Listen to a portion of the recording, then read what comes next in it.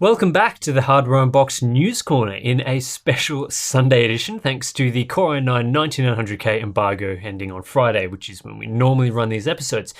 Anyway, we've had an absolutely massive week of news, including the launch of the 9900K and the RTX 2070 a few days earlier. Check out our reviews of both of those new products if you haven't already. But on top of that, we've had AMD doing some good stuff and some dodgy stuff, rumors of new graphics cards from both AMD and Nvidia, production updates for new technologies at several companies, and plenty more. This is a jam-packed news corner. So let's get started. I guess we should start with the story of the AMD Radeon RX 580 2048 SP because it's generated a ton of discussion in the Hardware Unboxed Discord chat earlier this week. As it turns out, and I guess has been the case for some time now, AMD is exactly like Nvidia when it comes to naming graphics cards. They release two products with basically the same name that have different specifications and perform differently. On the Nvidia side, we've seen it many times with the GTX 1063 GB, the GT 1030 DDR4, and the GTX 1050 3GB. AMD has done it in the past with the RX 560 14 and 16 CU variants, and now they've done it again with the misleading Radeon RX 580 2048 SP. So the standard RX 580 has 2304 stream processors. It's clocked up to 1340 MHz. It has a 185 watt TDP and it comes with 8 gigabit per second GDDR5. This is the version you get when you purchase an RX 580 as a discrete GPU or when you buy an OEM system with an RX 580 inside.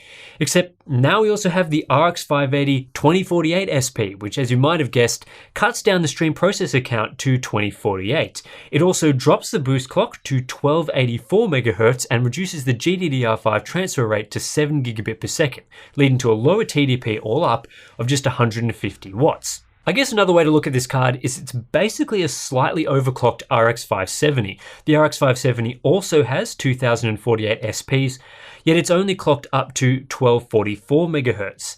At this stage, the RX 580 2048 SP is only destined for the Chinese market. It's not clear whether it will be sold as a discrete card for system builders or as a product just for OEMs.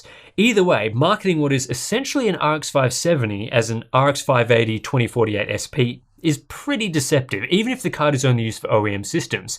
It just means someone looking to buy a pre-built RX 580 system could be deceived into thinking the RX 580 2048 SP is the RX 580 when in fact it's quite a bit different. So AMD, just don't do this stuff. It's better for consumers if you name cards like this more in line with the performance they're delivered. The RX 580 2048 SP should really be called the RX 570X or something like that, and really, we're going to catch you every time you try and pull dodgy stuff like this, so just don't bother, keep your naming nice and simple. In better news from AMD, the company this week decided to formally respond to the Principal Technologies benchmark report comparing the Core i9-9900K with the Ryzen 7 2700X and other processors. You know, the ridiculously flawed report we slammed PT and Intel on the channel for across several videos. AMD decided to release a set of slides on the Core i9-9900K embargo day, outlining their specific issues with the benchmarks conducted, giving PT and Intel a bit of a schooling on how to properly benchmark things. The first of the slides goes through every problem with the PT Labs reports, both the horribly flawed first report and the slightly less flawed second report. AMD mentions most of the stuff we already talked about on the channel, including how PT ran the 2700X as a quad core, the issues with using different coolers depending on the CPU, strange BIOS choices, and questionable memory configurations. And for the second report, AMD still had issues with things like the coolers, memory configuration, and other settings. That's all fair enough.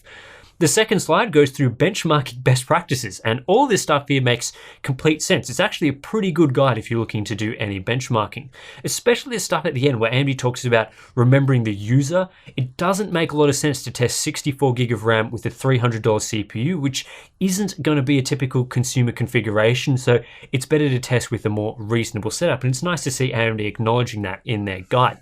Of course, AMD don't always benchmark things perfectly. At the launch of Ryzen, we took issue with the company omitting low-resolution gaming data, instead using 4K or 1440p to compare their CPUs to Intel, where games are mostly GPU bound. That said, they did correct that for second-gen Ryzen, so I guess they also learned from their mistakes. But we certainly have never seen AMD produce a set of benchmarks that comes close to the rubbish Intel and PT served up with the 9900K report. Rumors are heating up surrounding a new Polaris GPU from AMD believed to be called the Radeon RX 590. We've heard a variety of rumors over the past few weeks using names such as the RX 680, but it appears with the latest selection of leaks as posted on video cards, we're actually getting an RX 590. The RX 590 is reportedly based on a Polaris Refresh GPU, possibly manufactured using a 12nm process rather than 14nm like existing Polaris products. This node change would allow AMD to hit higher clock speeds, with rumors suggesting the RX 590 is clocked up to 1545 MHz, which is a good 205 MHz higher than the standard RX 580. There's no word on core configuration, though looking at these leaked 3D Mark performance numbers, it's looking like the same 2304 streaming processors as the RX 580 with the same memory configuration. So far, Video Cards has received word that ASUS is working on an ROG Strix version of the RX 590, while HIS is also planning on releasing an RX 590. So that's pretty compelling evidence there. Interesting that ASUS is looking to bring back the ROG Strix brand for AMD cards. That is likely thanks to NVIDIA killing the GPP. Anyway, interesting times ahead. Sounds like this new Polaris card isn't too far away, and if it provides 10 to 15% more performance than the RX 580, it could be well suited to compete with whatever NVIDIA has in store with the GTX 2060, and I guess bridging the gap until 7nm next year. Speaking of NVIDIA, apparently Gigabyte is working on a GTX 1060 with GDDR5X memory. This new version of the GTX 1060 would be based on a GP104 GPU, not GP106 used for other GTX 1060s, and it would use, of course, faster clocked memory. There's not a whole lot of information to go on, and it seems a little strange to us that NVIDIA would release another Pascal card at this point, and one with GDDR5X memory at that, but video cards tends to be pretty reliable. In less interesting news, this week Gigabyte posted a Halloween promotion for the RX 2070, which all sounds fine, except the company also listed the RX 2070 Ti in the promotion as well.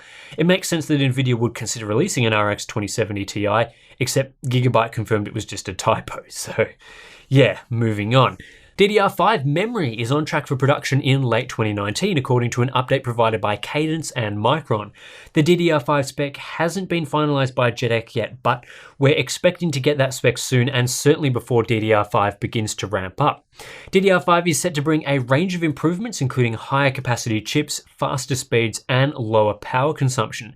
Cadence is currently claiming that for DDR5 3200 speeds, DDR5 will have 36% more bandwidth than DDR4 3200. And when bumping DDR5 up to 4800 speeds, that jumps up to an 87% increase relative to DDR4 3200. Typical DDR5 speeds are expected to sit between 4266 and 6400 megatransfers per second. Cadence are expecting DDR5 to hit servers first, followed by consumer platforms as soon as 2020, and this should hold true for LP DDR5 as well.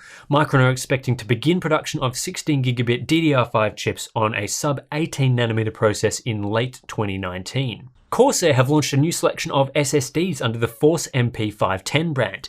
These are PCIe M.2 SSDs that use Toshiba's 64-layer 3D TLC NAND with the new faster E12 controller from Phison. Basically, this makes the MP510 a much faster SSD overall compared to the older MP500. We're looking at 610K random read IOPS for the 960GB drive, along with 570K writes, and over 3GB per second sequential transfers. These performance figures, of course, change slightly for the 240GB, 480GB, and 1920GB models. AnandTech reviewed the new SSD and found it to be very competitive, calling it a pretty good deal for a high-end NVMe SSD, noting that it's not the fastest drive they've tested, but it still performs very well in most tests. You can get an MP510 now at $66 for 240GB, $125 for 480GB, and $236 for 960GB. A couple of quicker topics to finish this news corner off. Samsung has begun production of 7LPP chips. Samsung's 7nm manufacturing process uses extreme ultraviolet lithography for some layers, allowing 7LPP to deliver massive gains in some areas relative to their 10LPE process. process. Samsung is claiming a 40% area reduction for the same complexity, 50% lower power consumption at the same frequency, or 20% higher performance at the same power compared to 10 LPE. 10 LPP is Samsung's slightly superior 10nm process, so 7 LPP's gains won't be quite as high measured relative to 10 LPP, but still, like with TSMC 7nm tech, this is a generational leap on 10nm. AnandTech's article goes into a lot of detail on 7LPP, so it's worth reading if you're interested in further details on the tech. Final topic of this week, Dell has launched the Ultrasharp 49, one of the first monitors to use a 49-inch 5120 by 1440 display. This is a 60Hz IPS display designed for productivity, effectively giving you two 27-inch 1440p monitors side by side without the bezel in between. The LG-made panel is curved with a 3800R curvature, and it sports 99% sRGB coverage with a factory calibration to a delta E of less than 2.0. It also supports USB-C along with DisplayPort and HDMI. The U4919DW, the official name for the Ultrasharp 49, will be available on October 26th for $1,700 and Dell said they're sending one out for us to test at the end of October, so look out for that soon. Alright, so that's it for this week's News Corner. Lots of interesting topics in this one. Probably missed a few things as well, but that's life. Subscribe to get this segment in your inbox every week. Usually they go out on Friday, but we've had a few releases, I guess, stuffing around the schedule lately. Hopefully we'll be back to normal soon. Consider supporting us on Patreon to get access to our exclusive Discord chat, and I'll catch you in the next one.